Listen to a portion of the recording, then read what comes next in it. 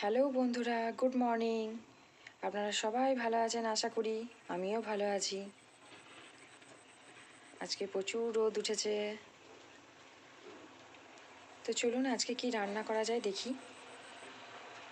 তো আজকে হবে চিকেন বিরিয়ানি। তো তার জন্য আমি ভাত বসিয়ে দিয়েছি আর আলু কেটে নিয়েছি এইরকমভাবে ডুমু ডুমু করে, আর 950 মতো চিকেন নিয়ে নিয়েছি।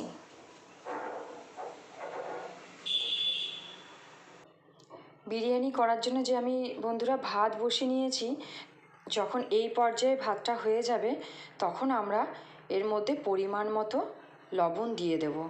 আমি কিন্তু বিরিয়ানি সিম্পলভাবেই করি, আর এর মধ্যে কিন্তু আমি আর কোনো রকম না এলাচ দেব না দারচিনি দেব। অনেকেই দেয়, আমি কিন্তু দেবো না, একদম সিম্পলভাবেই করব। তো চলুন দেখি কি করি। আমি লবণ দিয়ে আর একটু জল লাগতো দিয়ে দিয়েছি। তো ততক্ষণে ভাতটা হোক, আমি ততক্ষণে এদিকে কড়াই বসিয়ে নিয়েছি। এরপর এই ডুমু করে কেটে রাখা আলুগুলো আমি ভেজে নেব। কড়াইটা দাগ হয়ে গেছে, আমি ওই কেক বানাতে গিয়েছিলাম গরম জল দিয়ে, ওই জন্য। আমি পরিমাণ মতো তেল দিয়ে দিয়েছি, তেল গরম হয়ে যাক, এরপর আলুগুলো ভেজে নিয়ে রাখবো। তেল আমার গরম হয়ে গেছে, এরপর একে একে আলুগুলো দিয়ে দেবো।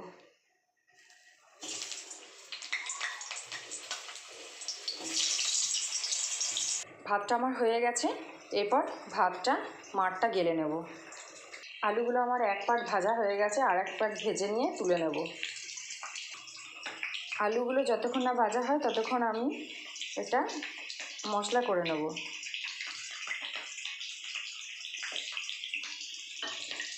বাটির মধ্যে আমি দুধ নিয়ে নিয়েছি একটুখানি, তার মধ্যে আমি নিয়েছি রঙটা নিয়ে নিয়েছি, কালারটা। আর এই বাটির মধ্যে আমি নেব ঘি নেব। এই চামচের আমি 4 চামচ ঘি নিয়েছি এর মধ্যে, আর একটুখানি সাদা তেল দিয়ে দেব। আমরা খুব একটা বেশি রিচ খাই না কিন্তু বিরিয়ানি দিয়ে। এটাকে গুলে গরম ভাতটার মধ্যে বসিয়ে দেবো, ততক্ষণে ঘিটা গলে যাবে। আলুগুলো আমার ভাজা হয়ে গেছে, এরপর তুলে নেব। যে হাঁড়িতে আমি বিরিয়ানিটা বসাবো সেই হাঁড়িতেই আমি আলুগুলো তুলে নিয়েছি। এরপর এই তেলের মধ্যে আমি পেঁয়াজ কেটে রেখেছি, পেঁয়াজগুলো বেরেস্তার জন্য দিয়ে দেবো। ঘিটা আমার কিন্তু গলে গেছে, এর মধ্যে আমি একটুখানি চিনিও দিয়ে দেবো। এই চামচের হাফ চামচ চিনি দিলাম, তাহলে চিনিটা গরমে গলে যাবে। পেঁয়াজ বেরেস্তার জন্য কিন্তু এইভাবে পেঁয়াজটাকে একদম লাল করে নিতে হবে। এরপর আমি পেঁয়াজগুলো তুলে নেব। এরপর এই তেলের মধ্যেই কিন্তু আমি চিকেনটা যে করব, আমি কিন্তু বিরিয়ানির জন্য চিকেন ভেজে রাখি না। চিকেনটা যে করব, যেমনভাবে চিকেন রান্না করি ওইভাবেই করব। তার জন্য পেঁয়াজ দিয়ে দেবো। আমরা বিরিয়ানির জন্য এই মশলাটা ইউজ করি। এই কৌটোর মশলাটা খুব সুন্দর, খুব সেন্টটা ভালো ছাড়ে, মানে প্যাকেটের মশলার থেকে। পেঁয়াজটার উপর, এই বেরেস্তা করা পেঁয়াজটার উপর আমি কিছুটা একটুখানি মশলা ছড়িয়ে নেব, দিয়ে মাখিয়ে রাখবো। পেঁয়াজ লাল হয়ে গেছে, এরপর টমেটো দিয়ে দেবো। যেমনভাবে সিম্পলভাবে চিকেন রান্না করি সেইভাবেই চিকেনটা আমি রান্না করব। টমেটোগুলো দিয়ে দেবো।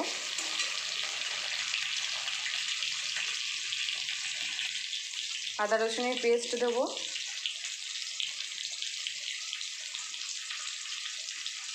1.5 চামচ। এই মশলাটাকে ভালো করে কষিয়ে নেব। এরপর নুন হলুদ সবই দেবো। যেমনভাবে চিকেন রান্না করতে গেলে মশলা কষাতে হয়, ঠিক তেমনভাবেই মশলা কিন্তু আমি কষিয়ে নিচ্ছি। এখনও ভালো করে কষানো হয়নি, কষানো হোক, তারপর চিকেনগুলো ছেড়ে দেব। যে কোনো রান্না করতে গেলে যদি মশলা খুব ভালো করে কষান তাহলে রান্নার কিন্তু টেস্টটা বেড়ে যায়। এই যে আমার তেল ছেড়েই এসেছে, এরপর আমি ধুয়ে রাখা চিকেনগুলো দিয়ে দেবো।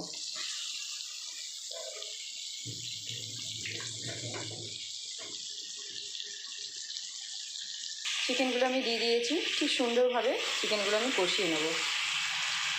চিকেনটা আমি কষাচ্ছি বন্ধুরা, আমি সবটা ভিডিও দেখাতে পারছি না, ভিডিওটা অনেক বড় হয়ে যাবে। চিকেনটা খুব ভালো করে এখনও কষাতে হবে।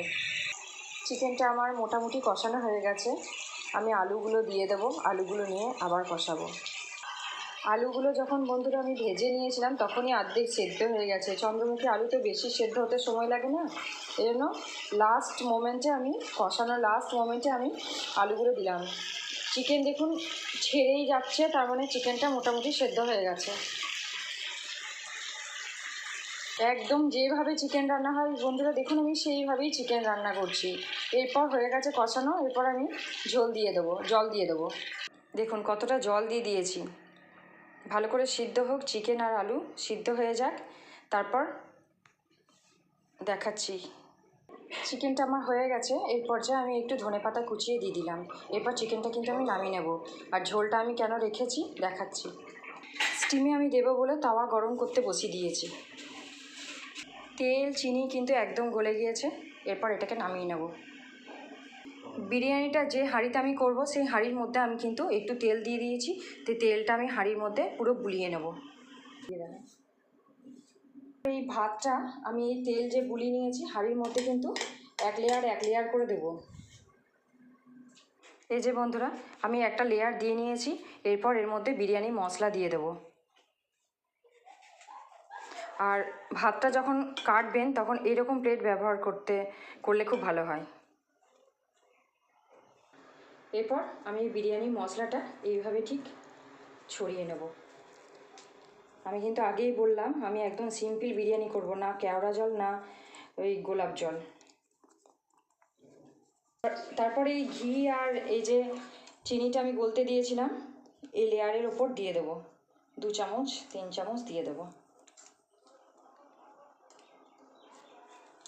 বন্ধুরা দেখুন চিকেনের যে আমি ঝোলটা আমি করেছি, কেন দোকানের চিকেনের কিন্তু একদম মানে বিরিয়ানিতে কিন্তু একদম শুকনো শুকনো বিরিয়ানি হয়, আর আমি কিন্তু এই ঝোলটা আর আলুটা এরকম উপর থেকে দিয়ে দেবো, তাতে কি গলায় বিঁধবে না।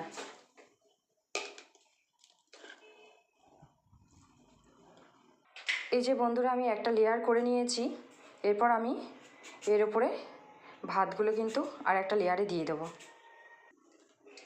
এই যে বন্ধুরা আমি আর একটা লেয়ার দিয়ে নিয়েছি। একটু বড় আমি হাঁড়িটা নিয়েছি যাতে সুন্দরভাবে ছড়িয়ে জিনিসটা হয়।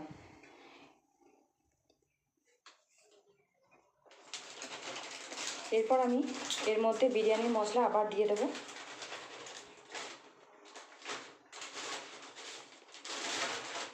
পরে ঘি আর চিনিটা যে আমি গলতে দিয়েছিলাম এর উপর দিয়ে দেবো। আর তো লেয়ার পড়বে না, এই জন্য সবটাই দিয়ে দেবো।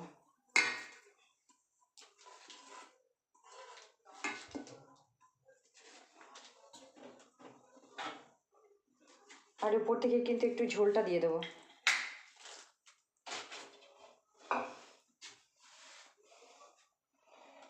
আর কালারের জন্য ফুড কালারটা দিয়ে দেবো। আর যে বেরেস্তা করা পেঁয়াজটা ভেজে রেখেছিলাম সেটা দিয়ে দেবো। এরপর আমি এই তাওয়াটা যে স্টিমে বসিয়ে নিয়েছিলাম হাঁড়িটা দিয়ে দিলাম। এরপর একদম ঢাকা চাপা দিয়ে দেবো। এই পরিমাপের আমার ঢাকা নেই, এই হাঁড়িটার পরিমাপের বন্ধুরা আমার ঢাকা চাপা নেই, আমি এইভাবেই ঢাকাটা দিয়ে দিলাম। খুব চেপে ঢাকা দিলে জিনিসটা ভালো হয়। তো ঠিক আছে বন্ধুরা, আজকে ভিডিও আমি এখানেই শেষ করছি। এইভাবে বিরিয়ানি একটু করে দেখবেন বাড়িতে, সিম্পলভাবে, খুব ভালো লাগবে খেতে। আর আমরা বিরিয়ানি শুকনো খেতে পারি না, এই জন্য এই মাংসের ঝোল রেখেছি চিকেনের, এই ঝোল দিয়ে একটু একটু করে খাবো। তো ঠিক আছে, সবাই ভালো থাকবেন। আসছি কালকে একটি নতুন ভিডিও নিয়ে।